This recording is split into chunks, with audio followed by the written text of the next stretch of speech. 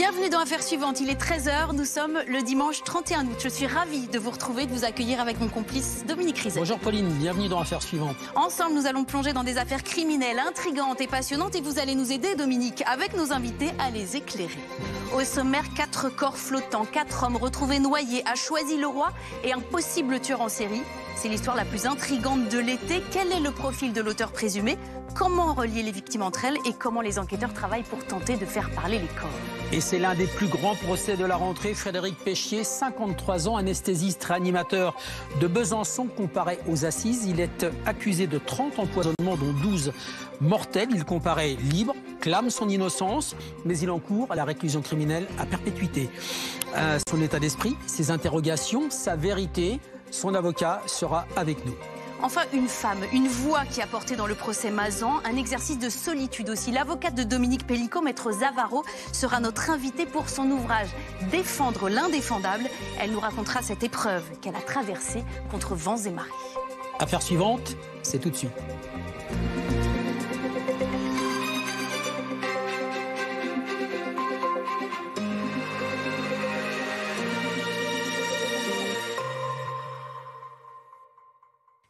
Une affaire très intrigante. 4 corps flottants repêchés à Choisy-le-Roi le 13 août dernier et une énigme. Un homme a été mis en examen pour meurtre par concours et placé en détention provisoire. Un sans domicile fixe d'une vingtaine d'années, mais qui a préféré garder le silence. Pour en parler avec nous, j'accueille le général Daoust, ancien directeur de l'IRCGN et du pôle judiciaire de la gendarmerie et professeur de sciences criminelles à l'université de Cergy-Pontoise. Bonjour mon général. Bonjour Pauline. Et ravi de vous retrouver. Boris Karlamov est avec nous, du service police-justice. C'est vous qui avez couvert ce dossier cet été. Et puis évidemment Dominique pour nous éclairer. Alors d'abord, Boris, il va falloir nous expliquer, il y avait 4 corps et il y a un 5e corps qui a surgi la semaine dernière, mais on l'a appris, il n'y a pas de lien direct entre les 4 premiers corps et ce dernier. Oui, absolument, puisqu'il y a un nouveau cadavre qui a donc été repêché dans la Seine. C'était mardi dernier, vers 13h. C'est la brigade fluviale qui a fait la macabre découverte. Ce corps, il était à la dérive au niveau de Charenton-le-Pont, dans ce département du Val-de-Marne, à proximité donc de la commune de Choisy-le-Roi. Là où les 4 corps ont donc été retrouvés, c'était au mois d'août, en début de mois. Oui, mais voilà, eh bien, ce corps, il était en état de décomposition avancée. Selon les premières constatations, il s'agit d'un homme de type européen, de sexe masculin, qui aurait séjourné dans l'eau plusieurs jours. Ce qui a intrigué les enquêteurs, les policiers, c'est que bien ce corps se trouvait à proximité des lieux de la découverte des 4 cadavres. Donc, au mois d'août, il y a donc eu une autopsie et selon nos informations, eh bien, ce corps n'a aucun lien avec donc les 4 autres qui ont été découverts sous un pont de Choisy-le-Roi. Est-ce qu'on sait, Boris, c'est ce qui fait dire aux légistes que ce 5e corps n'a aucun rapport avec les 4 autres? Visiblement, il ne présentait pas les mêmes marques de violence qui ont été retrouvées sur les 4 corps. Il y a eu toute une batterie d'analyses, d'expertises scientifiques qui ont donc conclu à ce qu'il n'y ait aucun lien aujourd'hui entre ce cadavre-là et les 4 cadavres retrouvés donc au mois d'août, en début de mois, à Choisy-le-Roi. Parce qu'il faut le rappeler, mon général, ces 4 corps, ils portaient, notamment pour le premier, je crois, des signes de lésion et de violence et pour les autres qui étaient difficilement visibles, il a fallu faire des exercices approfondis. Donc il y avait une signature, ils cherchaient une signature criminelle sur ces corps. Comment est-ce qu'on les relie entre eux? Alors, pour relier les corps entre eux, donc ça a été un travail délicat parce que la dégradation des corps, on est en été, ils ont séjourné dans l'eau un certain temps, on les retrouve à peu près au même endroit du fait des courants et d'un tourbillon. Et derrière, le médecin légiste, lui, va devoir extraire suffisamment de données pour dire, bien, ils se sont noyés, sous la contrainte ou pas, parce qu'il peut y avoir des coups et blessures volontaires, et puis on jette quelqu'un qui est assommé et qui va se noyer de lui-même, mais qui porte les stigmates de violence. Ou au contraire, il n'y a aucun signe de noyade, et on voit des lésions qui montrent bien que la personne était morte avant. Là, pour aider à ça, on a aussi ce que l'on appelle les analyses, la recherche de diatomées. Ah, alors justement, Voilà. l'IRCGN nous a ouvert les portes. On a fait un reportage avec Paul Conge et Camille Fournier. Oui. Quand la science est au service de l'enquête, et visiblement ce sont les micro-algues qui parlent, je vous propose tout de suite de regarder ce reportage et on se retrouve juste après. L'autopsie n'a pas suffi. 2 semaines après leur découverte, impossible de savoir de quoi sont morts 2 des 4 corps repêchés dans la Seine le 13 août. Alors ici, à l'IRCGN, les scientifiques travaillent au niveau microscopique. sur des tissus biologiques prélevés sur les défunts. Ce qu'on demande aux médecins légistes, c'est d'avoir à minima 20 grammes de poumons, foie, rein, cerveau et d'avoir une section fémorale osseuse contenant encore la moelle osseuse.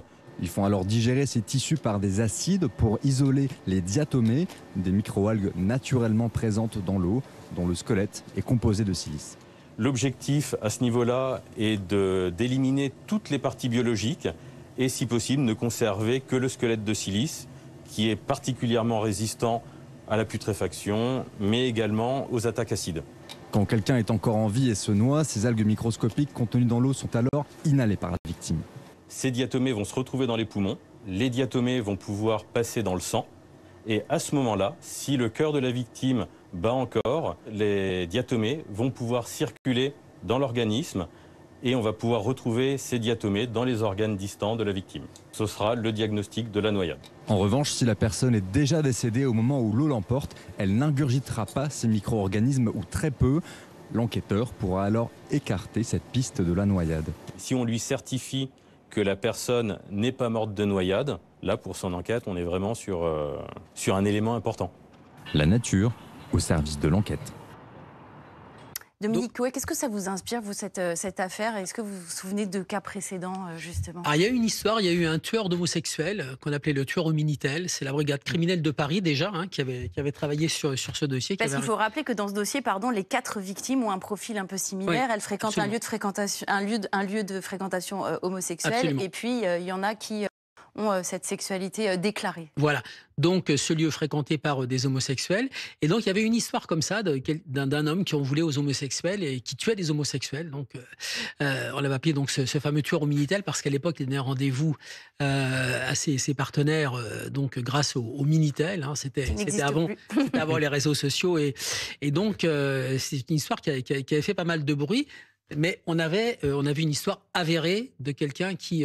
Alors là, Boris, on a un problème, c'est qu'on a un suspect qui n'est pas coopératif, c'est le moins qu'on puisse dire. Oui, absolument, puisqu'on va rappeler qu'il a fait 96 heures de garde à vue. Pourquoi ce délai-là? Eh bien, parce que c'était à la base une enquête ouverte pour meurtre en concours, une procédure inédite. Donc pendant ces 96 heures de garde à vue, ces 4 jours, il n'a fait aucun commentaire, il a gardé le silence, il a fait état bien d'une identité qui visiblement ne serait pas la bonne puisque les enquêteurs n'ont absolument pas cette identité-là. On va rappeler que lui se déclare de nationalité algérienne.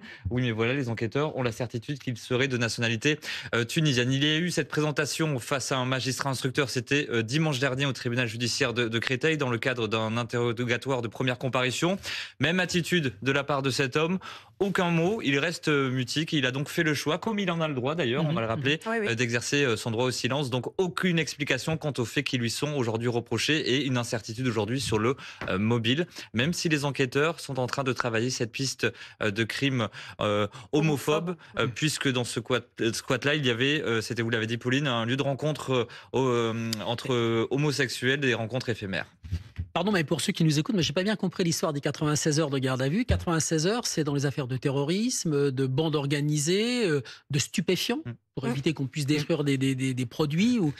Pourquoi 96? Eh bien, parce que c'est une enquête pour meurtre en concours. On va rappeler ce que c'est. Meurtre en concours, c'est... Nous, on a un peu appris la définition. Oui, on a un peu appris l'appellation à ce moment-là. Ce sont des meurtres qui n'ont aucun lien entre eux et pour lesquels il n'y a eu aucune condamnation qui est intervenue. Donc, c'est une qualification qui est assez rare. Je parle sous votre contrôle, François. C'est l'article 132-2 du Code pénal qui le prévoit et les suivants, qui font que tant qu'une affaire n'est pas jugée et qu'il y a une succession d'infractions, eh bien, c'est en concours.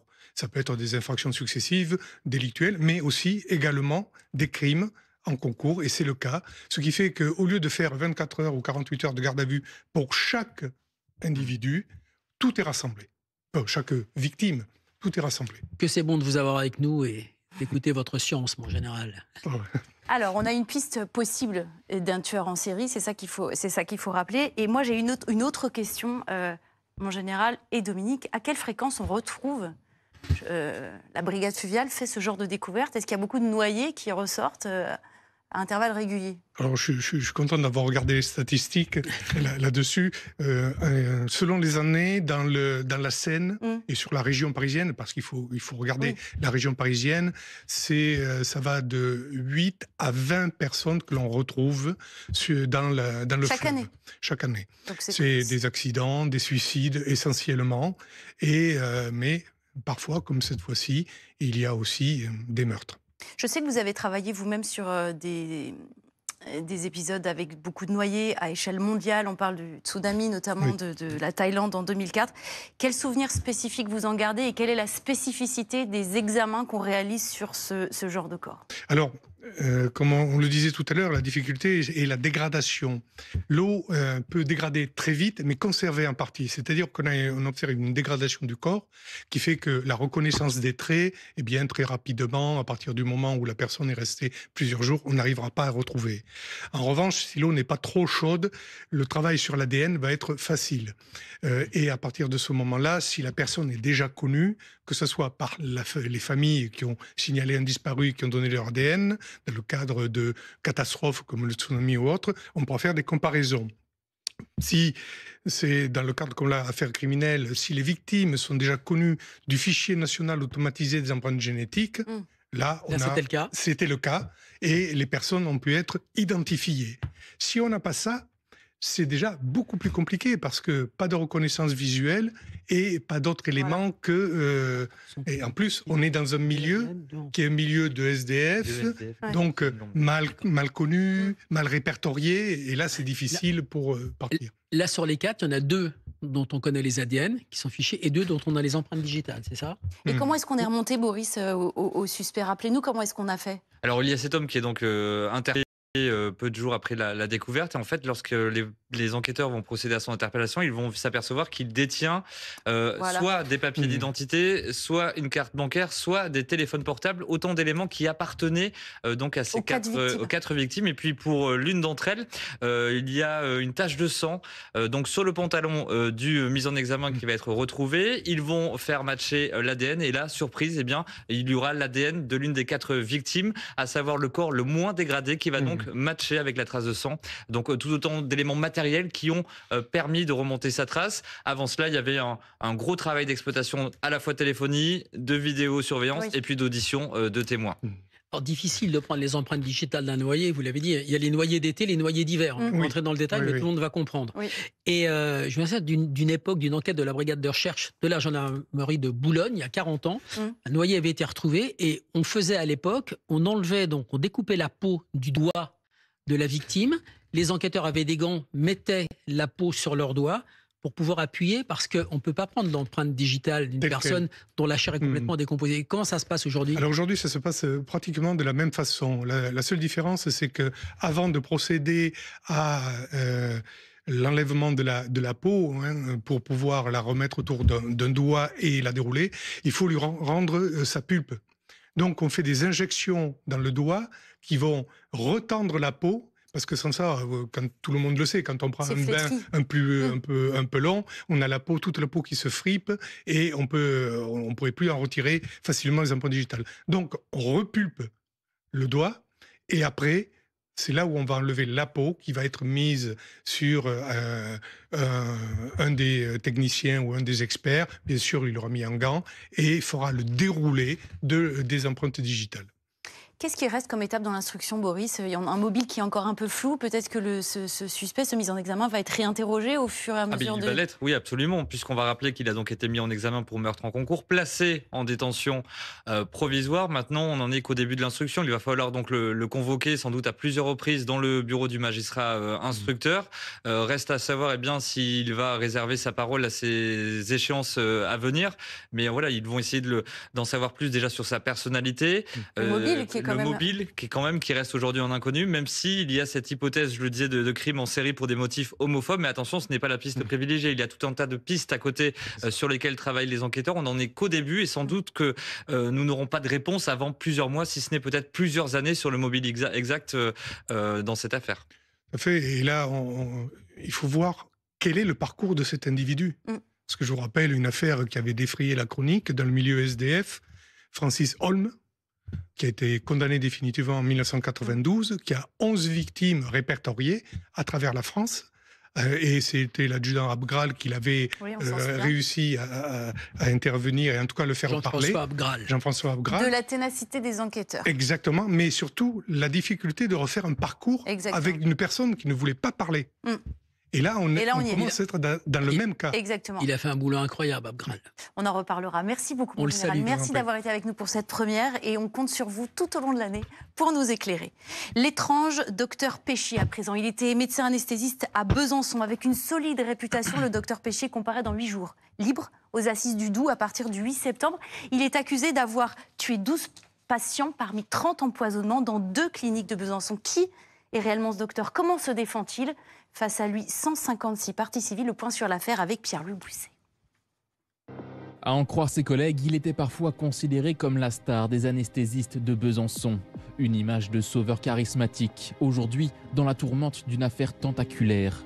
Frédéric Péchier, ex-anesthésiste de 53 ans, est soupçonné de 30 empoisonnements volontaires, dont 12 mortels. Selon les enquêteurs, les poches de réhydratation des patients étaient trafiquées, notamment en y injectant des surdoses d'anesthésiants ou de chlorure de potassium.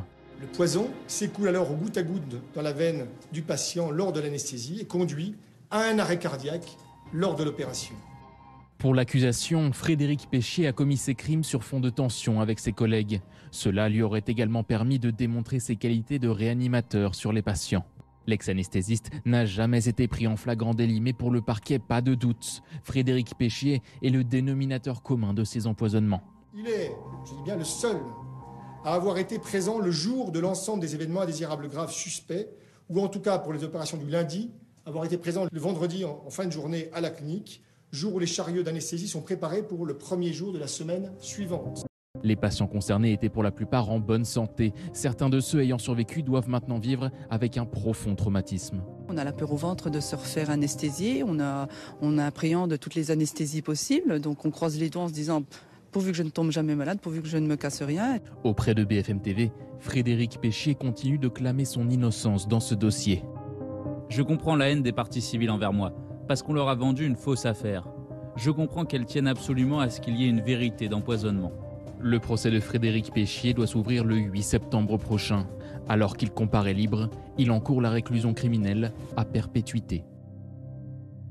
Alors j'accueille sur ce plateau Maître Randall Schwerdorfer, l'avocat de Frédéric Péchier. Merci d'être avec nous, Maître. Bonjour. Et puis Willy Graff, journaliste à l'Est républicain et chef du bureau de Besançon. Vous allez couvrir ce procès.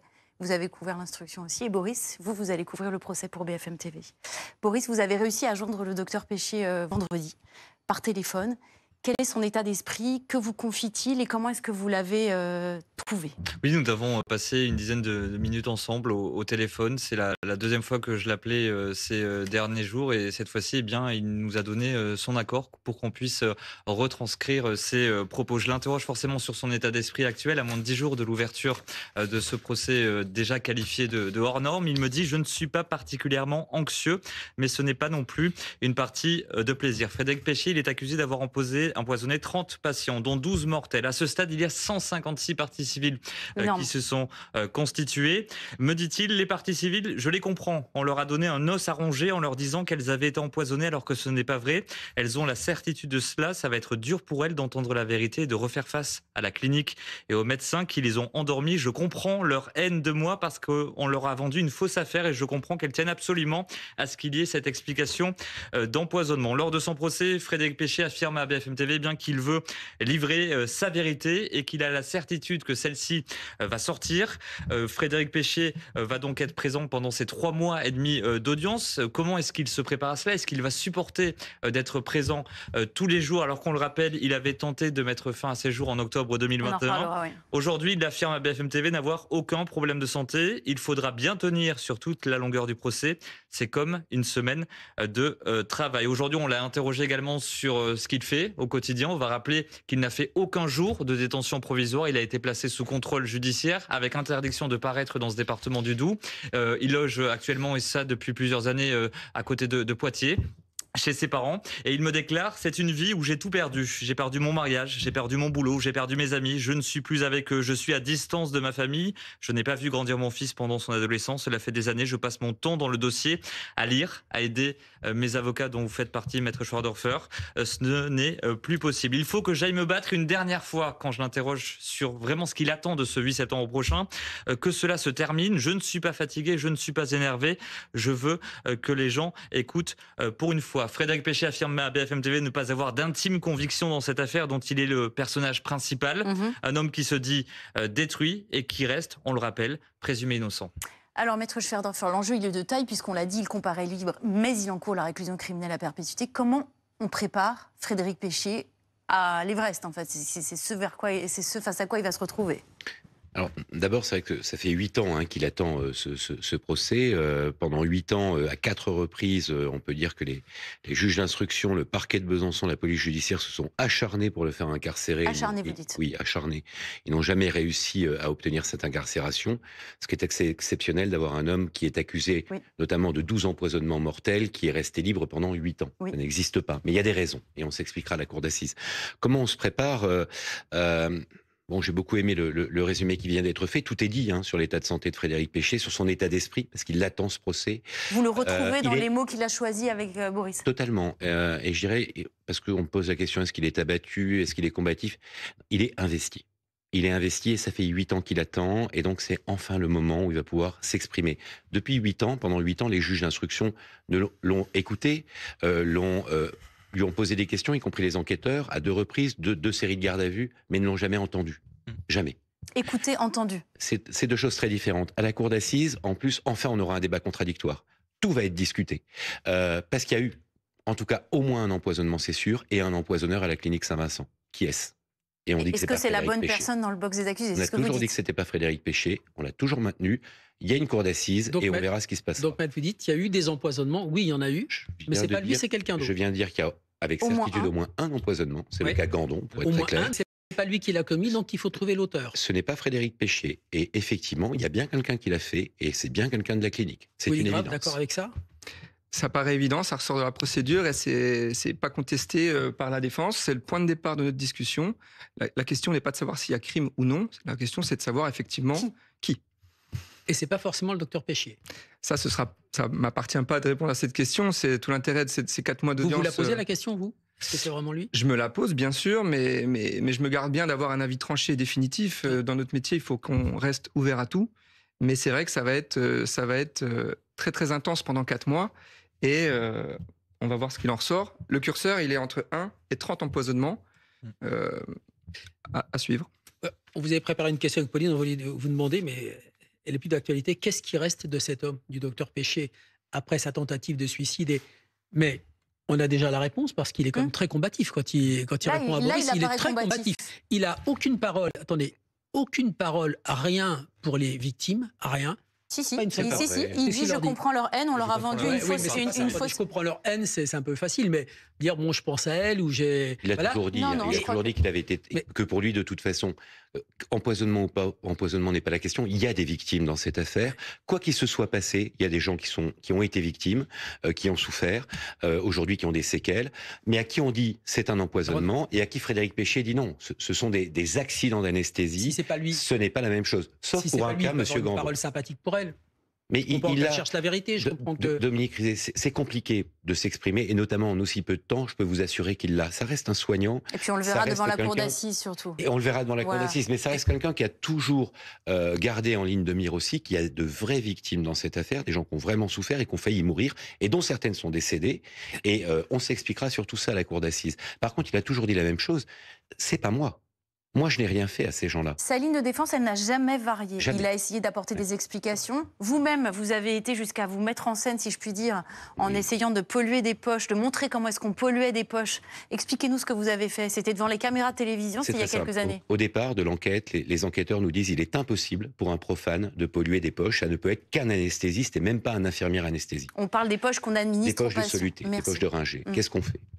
Je me suis procuré des poches de Ringer, j'ai démontré, après m'être entraîné pendant quelques heures, j'ai démontré que quelqu'un comme moi, avec un petit peu d'entraînement, qui ne suis qu'avocat, j'arrivais à polluer des poches de Ringer sans que ça se voie.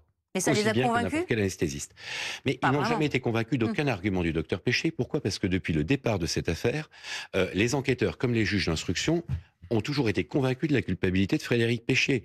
C'est-à-dire qu'on a, quand je dis il n'a jamais été entendu, c'est qu'on n'a jamais entendu ses arguments parce qu'on n'en voulait pas. On a déterminé qui était le coupable dans cette affaire et ensuite on a construit le dossier. C'est ça l'affaire Péché. Et le problème, c'est que vous ne pouvez pas parler à des gens qui ne veulent pas vous entendre. À la cour d'assises, tous les éléments du dossier que vous ne connaissez pas d'ailleurs, notamment à des charges, sortiront. 30 000 pièces dans le dossier. Mais vous savez, seuls les éléments à décharge ont été véhiculés par le procureur de la République, les procureurs successifs. Seuls des éléments à charge contre Frédéric Péchier, notamment l'expertise psychocriminologique, a été communiqué à la presse et a été abondamment commenté par la presse. Je n'ai pas vu que les éléments favorables avaient été communiqués dans la presse.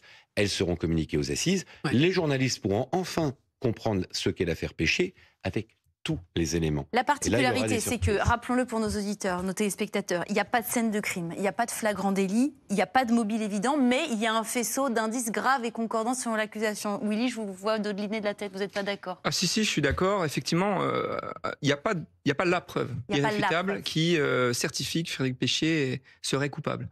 En revanche, voilà, l'accusation a tissé une forme de toile d'araignée finalement autour de, c'est le terme faisceau d'indices, autour de Frédéric Péchier. Et là, pour le coup, il y a une myriade de liens qui convergent vers lui.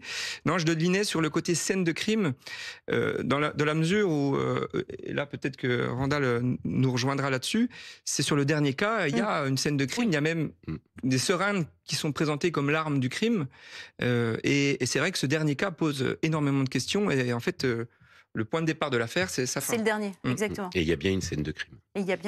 Et donc, tous les cas vont être étudiés. Chronologiquement. C'est pour ça aussi les 4 mois d'audience. Chronologiquement, ça va être tentaculaire, ça va être intense et ça va être une épreuve aussi. Vous, le docteur Péchier, vous l'avez rencontré en 2017, je crois, dans le bureau de Randall Schwerdorfer.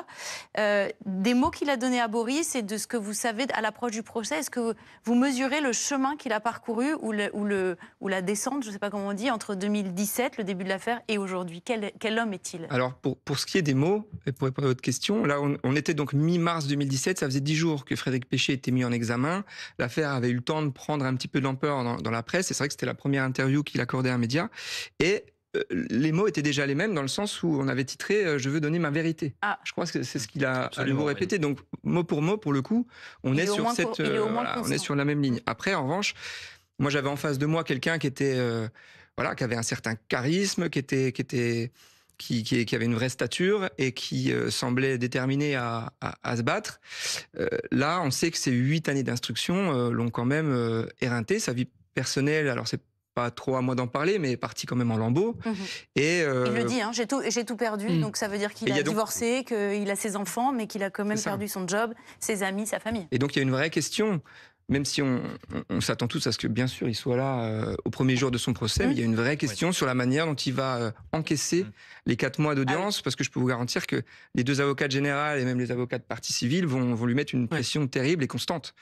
On l'avait rencontré, il avait failli venir dans l'affaire suivante il y a 2 ans, puis il a changé d'avis. Enfin, il n'est pas facile à gérer quand même. Parce qu'il devait venir, pas venir la semaine suivante, la semaine d'après, puis il voulait venir avec telle et telle personne. Enfin, quand on l'avait rencontré, il y avait vous, 3 avocats, sa sœur, qui est avocate aussi. Et puis il y a eu une espèce d'histoire parce que l'un des avocats, l'un des 3 donc a dit moi je ne veux plus le défendre parce qu'en fait l'indemnité publique est jugée insuffisante dans le cadre de l'aide juridictionnelle. Il a l'aide juridictionnelle donc et il y a un des avocats qui dit c'est pas assez. Est-ce que vous pouvez nous dire, maître Schwerdorfer, combien votre cabinet, le cabinet va touché d'indemnité dans ce dossier. Pour ces 4 mois d'audience. Pour ces 4 mois d'audience, 40 000 euros divisé par 2, 20 000 euros pour 4 mois, c'est-à-dire un peu moins de 5 000 euros par mois pour assurer la défense d'indemnité, hein, c'est pas un salaire, loin de là, sur lequel il restera pour mon cabinet à peu près moins 15 000 euros, c'est-à-dire que c'est nous qui assumerons les frais de la défense. Donc ça va vous coûter de l'argent ? Ça va nous coûter de l'argent. Pourquoi ? Parce que le système de l'aide juridictionnelle en France, et Martin Wetz, qui était l'avocat de Salah Abdeslam, m'a beaucoup aidé dans ce dossier-là d'ailleurs, et je remercie aussi l'ADAP et le coprésident Maître Boulet d'être intervenu. La défense, il n'y aura pas de procès équitable parce que, pourquoi ? La défense n'est pas payée dans ces dossiers-là. Les parties civiles cumulent les indemnités. C'est pas l'argent des parties civiles, c'est que l'État indemnise jusqu'à 50 parties civiles les avocats. Est-ce qu'on peut vous poser la question pour que ceux qui nous écoutent comprennent bien? Vous allez avoir votre cabinet 4 500 € par mois pendant 4 mois. C'est ça. En face, il y a des parties civiles 100, 130. En face, si vous 156 parties civiles avec 2 avocats. Combien les deux avocats des parties civiles vont-ils toucher? Si vous prenez les 2 avocats, le bâtonnier Frédéric Bernat et le bâtonnier Stéphane Juriana, vont toucher plus d'1 million d'euros, eux, à 2, pour intervenir dans ce procès, là où la défense, à 2, va toucher moins de 40 000 €. Et c'est ça qu'on dénonce, en disant c'est pas normal. Et c'est ça qui avait été réglé par le Conseil de l'ordre de Paris, qui avait dit il faut une solidarité. Dans les attentats du 13 novembre. Il faut une solidarité confraternelle. À armes égales, en fait. À armes égales. Et comment voulez-vous considérer que les avocats de défense qui ont 40 000 € de budget à 2 pour défendre Frédéric Péché, les avocats de partie civile dont je viens de parler, qui ont plus d'1 million d'euros pour assister les parties civiles, il y a un procès équitable? C'est totalement inéquitable entre les parties à tous les niveaux. Et c'est ça qu'on dénonce. Dans les attentats du 13 novembre, les avocats des parties civiles ont redonné 10% de ce qu'ils avaient touché aux avocats de la défense. Et ça, c'était juste. Et là, on a le bâtonnier Bernat et le bâtonnier Juriana très clairement qu'on dit non. On n'aidera pas. Et là, c'est une attitude très contraire aux intérêts de la profession, parce que très contraire à l'intérêt de l'exercice des droits de la défense. Le procès, on l'a déjà dit, ne peut pas être équitable avec des moyens aussi disparates entre la défense et les avocats de partie civile. On ne parle pas de l'argent des victimes. On parle de l'argent alloué par l'État aux avocats. Bon, revenons au judiciaire. L'enjeu, il est colossal, qui tout double. Est-ce qu'il s'est préparé à la détention en cas de condamnation? Comment est-ce que vous lui en avez parlé? J'imagine que vous avez évoqué la prison avec lui. Non, jamais. Il n'a jamais envisagé la détention. On a envisagé la détention lorsqu'on était sur les débats de 2017 et de 2019, juge des libertés de la détention, chambre de l'instruction, puisque tout est possible à ce moment-là. Ça a été écarté puisque ces instances ont refusé d'incarcérer Frédéric Péché pour son procès. Nous n'avons jamais parlé de détention parce que Frédéric Péché n'a jamais envisagé autre chose que d'être reconnu innocent des charges qui lui sont reprochées, et on n'a jamais envisagé une seule seconde que ce procès pouvait se terminer par la prison. Donc s'il est condamné, ce serait un choc immense psychologiquement, humainement, pour lui qui comparaît libre et qui est depuis 8 ans dehors. Je ne connais pas l'avenir, je vis au jour le jour, et surtout dans un procès pénal et un procès d'assises, vous les connaissez bien, vous en avez suivi, tout le monde ici connaît les procès d'assises. Tout est possible, et je lui ne aussi, sais pas. Lui aussi, puisque qu'est-ce qu'il vous dit, Boris, quand vous l'interrogez sur l'après-procès et sa vie future? Qu'est-ce qu'il répond? Il me parle d'une inconnue. Voilà. Il n'envisage rien. Parce et il ne prononce pas le mot prison. En l'état, il n'a pas de vision sur son futur après ce procès. Alors, sans doute, dans cette histoire, on aura un deuxième procès, parce que si M. Péché est condamné, le parquet fera sans doute appel, et s'il est acquitté, vous ferez sans doute appel. Donc, on n'en est qu'un long cheminement judiciaire. Je ne sais pas, on verra, parce que vous savez, un procès, il se passe aussi beaucoup de choses. On entend, tout ne se finit pas par un appel, je ne sais pas. J'attends beaucoup de l'audience. Tout va se passer dans cette audience. Il y a un dossier écrit, et entre le dossier écrit et l'audience, l'oralité des débats, la contradiction, il peut se passer énormément de choses. Et effectivement, ce qui peut paraître une vérité au départ, on parle d'indices. Dominique, Monsieur Rizet, vous parliez d'indices. La différence entre indice et preuve, elle est fondamentale. Aux assises, il va falloir parler de preuve. Et il y a des jurés. Et il y a des jurés. Et c'est très important. Et je pense qu'au-delà de ce qu'ils savent au travers de la presse, ils vont découvrir le vrai dossier Péché, et on verra ensuite quelle sera leur décision. Et pour moi, ça reste une inconnue totale. Donc ça reste un procès très très ouvert pour vous. Totalement ouvert. Et il y a aussi des parties civiles. Willy, vous les avez rencontrés, les parties civiles? Oui, bien sûr. Depuis leur grosse colère, quand on parle de haine tout à l'heure, au moins ils ont de la colère. Légitimement, pourquoi pas, hein. Docteur Péché, c'est un suspect. On leur a présenté comme un empoisonneur. Comment ça réagit du côté des parties civiles? Et comment ça va cohabiter dans cette cour d'assises, justement, puisque tous les jours, il va venir à pied, il va prendre place sur le banc. Ça va être particulier, c'est vrai. Ça va être très particulier. Alors, pour répondre à cette première question, ça dépend des parties civiles, j'allais dire. Mais globalement, on a senti des parties civiles qui étaient sur peut-être les 2-3 premières années, un petit peu circonspects. Il y avait certaines qui étaient quand même prudentes et qui étaient respectueuses de la présomption d'innocence à laquelle on est tous attachés ici. Et puis, au fil des années quand même, là, je trouve plus aucune partie civile qui ait un doute sur la culpabilité de Frédéric Péchier. Ce qui fait que, bon, pour certains, il y a, une forme de colère, voire de haine. Et surtout, toutes me disent une soif de vérité, une soif de réponse. On veut comprendre. Certains ont perdu leur mère, leur frère, leur père. D'autres ont des séquelles encore aujourd'hui qui ont changé leur quotidien. Et c'est vrai que derrière 30 cas, il y a 30 noms, il y a 30 visages, il y a 30 histoires. Et ça aussi, ça va être un fil rouge dans ce procès. C'est qu'on va avoir des humains en face de nous qui ont souffert de cette situation, indépendamment de la culpabilité de l'un ou de l'autre des médecins. Et c'est vrai que ça, c'est quelque chose, c'est une dimension qui va être très forte, je pense. Une organisation particulière pour le procès, la salle d'audience, ça va être assez Oui, grand, effectivement. il y a du monde, Alors, ce qui est incroyable, on est sur quand même l'équivalent de 12 assassinats, 18 tentatives d'assassinat, et on a un accusé qui va rentrer par la grande porte. Ouais. Et qui va pas se cacher, hein. Et qui va pas se cacher, voire même qui se considère comme innocent, donc il va être dans ce registre-là et qui va surtout partir tous les soirs, reprendre sa voiture, regagner son domicile. Et moi, c'est ce que je disais un petit peu au départ, ce qui m'inquiète, mais pour le coup, c'est pas mon inquiétude, elle est partagée par l'ensemble des acteurs du procès. C'est qu'un soir, moins bien qu'un autre, parce qu'il va quand même être mis... Il va y avoir des hauts et des bas. Il va y avoir des hauts et des bas. Il va falloir que tous les matins, il trouve la ressource morale, physique, mentale pour revenir à 8h30, faire face à son destin judiciaire. Et sinon, c'est débat reporté, suspendu. Et c'est une grosse épreuve d'endurance à laquelle vous vous préparez tous les deux. Merci. Ça va être compliqué. Merci en tous les cas d'être venu avec nous. Et puis, évidemment que ce dossier Péchier, on l'évoquera à intervalles réguliers dans cette émission tout au long de ce procès qui ouvre donc, on le rappelle, le 8 septembre et qui se referme mi-décembre. Merci à tous les deux. On accueille à présent une femme, un repère dans le procès Mazan, maître Béatrice Zavarro, qui a défendu et qui défend toujours Dominique Pellicot. C'est notre invitée. Le titre de son ouvrage, merci maître, merci d'être là avec nous. Merci. Défendre l'indéfendable, c'est aux éditions Mareuil. Ce que je trouve remarquable dans votre livre, c'est la pudeur avec laquelle vous racontez l'épreuve que vous avez traversée. On ne se rendait pas compte, quand on voyait les images à la télévision, que vous étiez si seul. Et ça commence par un choix, parce qu'au départ, lorsque vous prenez la défense de Dominique Pellicot, vous allez nous le raconter, vous vous demandez si vous allez pouvoir le faire seul, et lui vous demande de rester seul face au monde. Vous êtes lui et vous face au monde. Quels sont les mots qu'il a choisis et comment ça s'est noué, ce pacte de défense? Alors cette expression, c'est plutôt moi qui l'ai choisie et qui le lui ai dite, mais c'est au fur et à mesure que l'instruction grossit, que le nombre d'accusés grossit, je lui dis, Monsieur Pellicot, peut-être qu'il serait de bon ton qu'on soit deux à votre défense. Et il me dit, j'ai accordé ma confiance, je vous ai accordé ma confiance, je ne l'accorderai pas à quelqu'un d'autre. Et à ce moment-là, je lui dis, alors, je pense que ce sera vous et moi contre le monde entier. Et c'est ce qui s'est passé? Et c'est à partir, bien sûr que c'est ce qui s'est passé. Tout à fait. C'était vertigineux.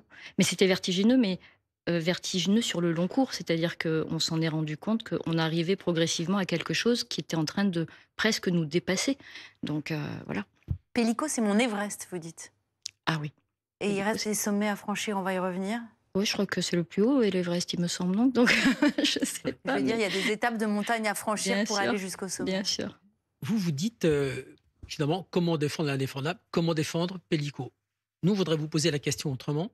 Comment est-ce qu'une femme peut défendre Pellicot? Et c'est une question qu'on vous a souvent posée. Et que M. Rizet m'avait déjà posée. Et quand même, on va vous la reposer parce que vous avez peut-être évolué depuis ou changé. Ah non, je ne crois pas. Alors voilà. Non, je suis pas un avocat reste un avocat, il n'est pas genré. Je me suis pas positionnée en tant que femme dans la défense de Pellicot. Alors bien évidemment, j'ai ma sensibilité, j'ai mon expression, j'ai ma façon d'être qui est celle d'une femme. Mais pour autant, j'étais avocat, j'avais ma robe et je n'étais pas genrée. J'ai accepté ça sans me dire... tu es une femme, est-ce que ça va poser une difficulté? Ça en a posé à certains, qu'on soit clair. Mais pas en ayant conscience, maître, que quand vous vous leviez pour le défendre, il valait mieux que ce soit une femme avocate, vous préférez le terme avocat, il valait mieux que ce soit une femme avocat qui sait plutôt qu'un homme.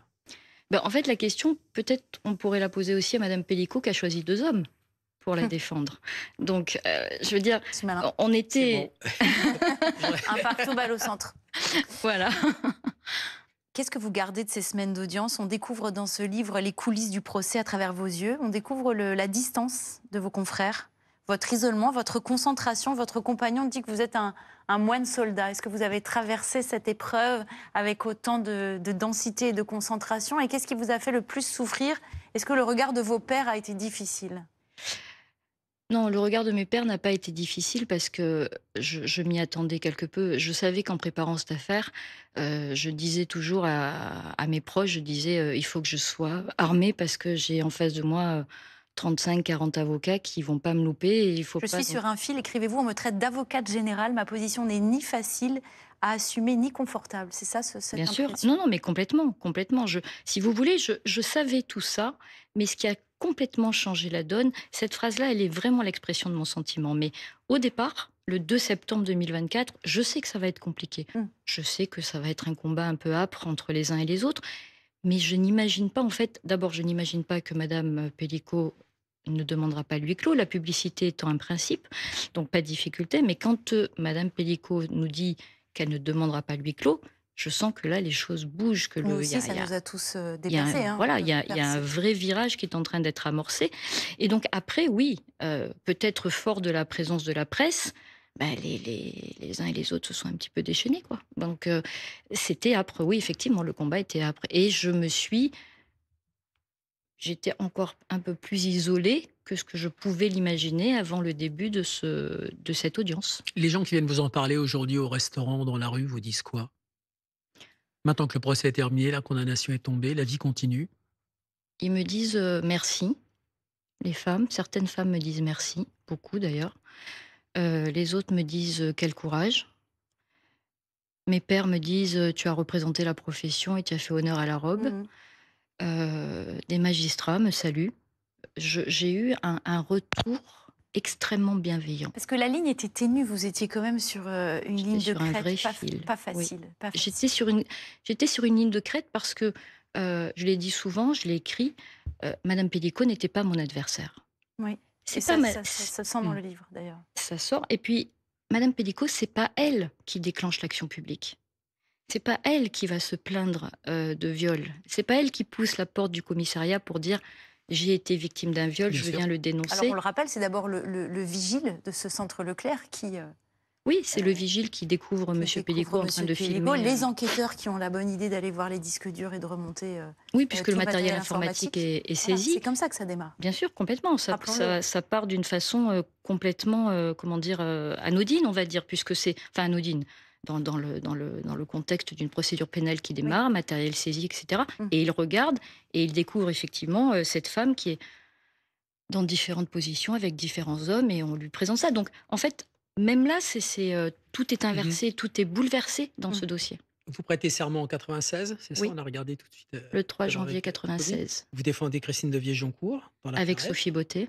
Là, vous défendez Pellicot. Est-ce que votre clientèle a changé depuis que vous l'avez défendu? Est-ce que maintenant, vous avez des violeurs? Est-ce que vous avez des dossiers, plus de dossiers comme ceux-ci qui viennent à vous? Est-ce que ça a changé votre clientèle, l'affaire Pellicot? Ça n'a pas forcément changé ma clientèle. Alors, il y a des gens qui sont venus me voir parce que, justement, j'avais défendu Dominique Pellicot, mais paradoxalement, dans un autre sujet que la matière pénale. Et par contre, ça a changé ma vie professionnelle. C'est-à-dire que j'ai eu énormément de sollicitations pour des retours sur expérience.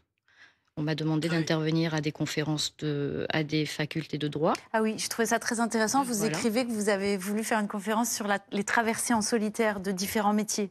Et je trouvais que la métaphore était appropriée et jolie. Vous avez traversé ça, vous avez fait une transat en fait. C'est ça, exactement. Et en fait, c'est l'Everest ou la mer? C'est un peu les deux. Mais en fait, ce dont vous parlez, madame, c'est l'atelier de la langue française à Aix-en-Provence qui, dans le cadre de la semaine de l'éloquence, m'a demandé de venir parler de ma solitude à côté d'un navigateur et d'un ancien espion. Voilà. Et d'ailleurs, le trait commun de nous trois, c'était la grande solitude qui nous a habités pendant nos traversées Moi, j'ai respectives. des questions sur Dominique Pellicot parce que l'histoire n'est pas terminée. Dans l'interview que vous accordez à nos confrères de Libération, vous sous-entendez qu'en fonction de son état, vous pourriez demander éventuellement un aménagement de peine. Comment va votre client aujourd'hui? Comment est-il en détention? Évidemment, on pense... au Parti civil, on pense à Gisèle Pellicot, à toute la déflagration familiale qu'il y a eu, on en reparlera. Mais aujourd'hui, précisément, comment va-t-il? Il va comme un homme qui est totalement à l'isolement. C'est-à-dire qu'il est isolé vraiment pendant l'instruction. Il a commencé à être isolé en mai 23 parce qu'il a subi des menaces en détention. Donc il fallait absolument qu'on puisse l'isoler. Et ensuite, il est parti à l'isolement depuis le prononcé du verdict. Il est dans un régime de détention seul. Voilà. Et je ne suis que sa seule visiteuse et sa seule interlocutrice. Vous y allez une fois par semaine, 2 fois par semaine? Non. Non. J'y vais une fois par mois, 2 fois par mois, parce qu'il n'est pas dans le ressort de Marseille. Donc, c'est un peu plus compliqué en logistique. Mais c'est un homme qui est fatigué d'abord. Et puis, il prend son mal en patience. Est-ce qu'il a conscience de la déflagration d'abord de l'écho mondial qu'il y a eu sur ce procès? Est-ce que ça, il en a conscience? Complètement. Et à micro-échelle, qui n'est pas la moindre, du vertige que ça a donné dans sa propre famille et des séquelles encore béantes, si je puis dire, aujourd'hui, puisque Caroline Darian, sa fille, a porté plainte. Oui. Elle ne parle plus à sa mère, elle explique que sa mère n'est pas une icône et qu'elle ne pourra jamais lui pardonner. Tout ça, le dénominateur commun, c'est lui. Il a conscience de ce qu'il a fait, du mal qu'il a pu, des fractures qu'il a pu ouvrir. Alors, il est conscient effectivement de cette déflagration familiale. Il est conscient des conséquences des actes commis. Ça, je pense que le procès, il n'a pas attendu le procès, il le savait d'ores et déjà. Ce qui est très triste, c'est cette rupture mère-fille. Ce qui est très triste, c'est que il est face à sa fille, qui est convaincu d'avoir subi quelque chose. Mais est-ce que vous le croyez, vous, quand il dit qu'il n'a jamais touché sa fille? Bien sûr. Vous le croyez? Il faut quand même se rappeler que au procès d'Avignon, Madame l'avocat générale, quand elle prend la parole pour son réquisitoire, dit, alors textuellement, je vais essayer de reprendre ces mots, dit nous entendons au parquet la souffrance la souffrance de Madame Pellicot, Caroline, mais nous n'avons pas, de façon très objective, les éléments nécessaires à la poursuite de Dominique Pellicot. Mais elle a déposé plainte en mars, donc affaire à suivre.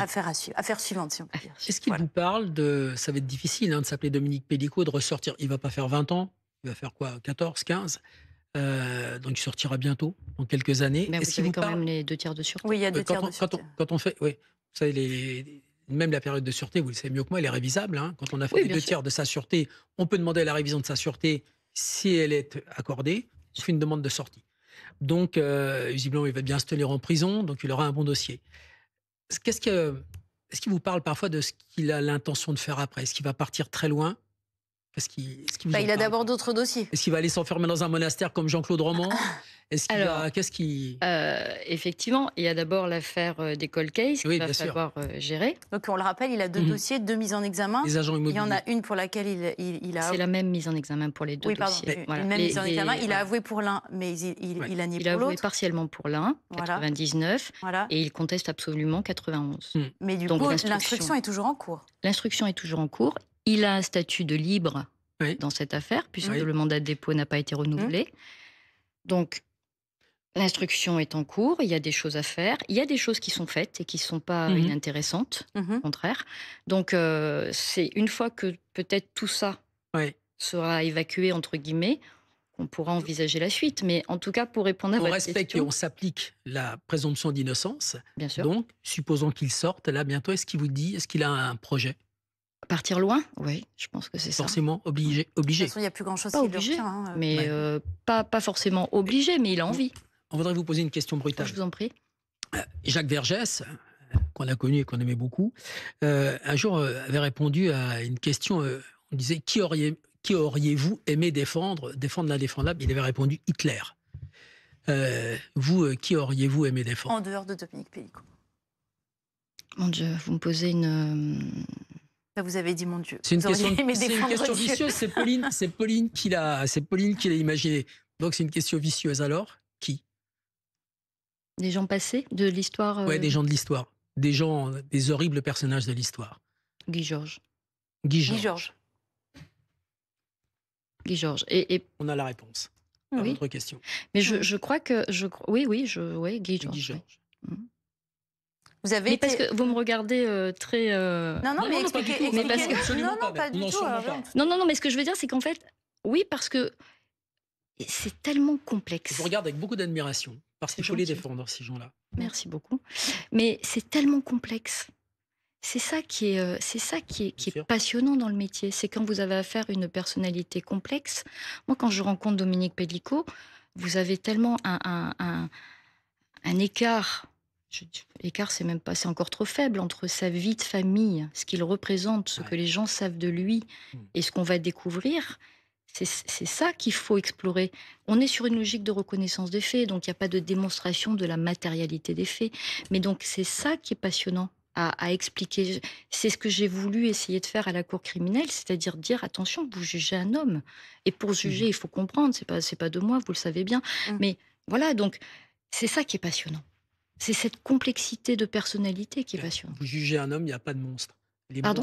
Je dis, vous jugez un homme parce qu'il n'y a pas de monstre. Il fait partie, en c'est tout dans les cas, histoires pour faire peur aux enfants. Il fait partie de notre humanité. Il y a des hommes dans la société. Ça fait partie de notre humanité parce que personne n'est à l'abri d'un parcours délinquentiel.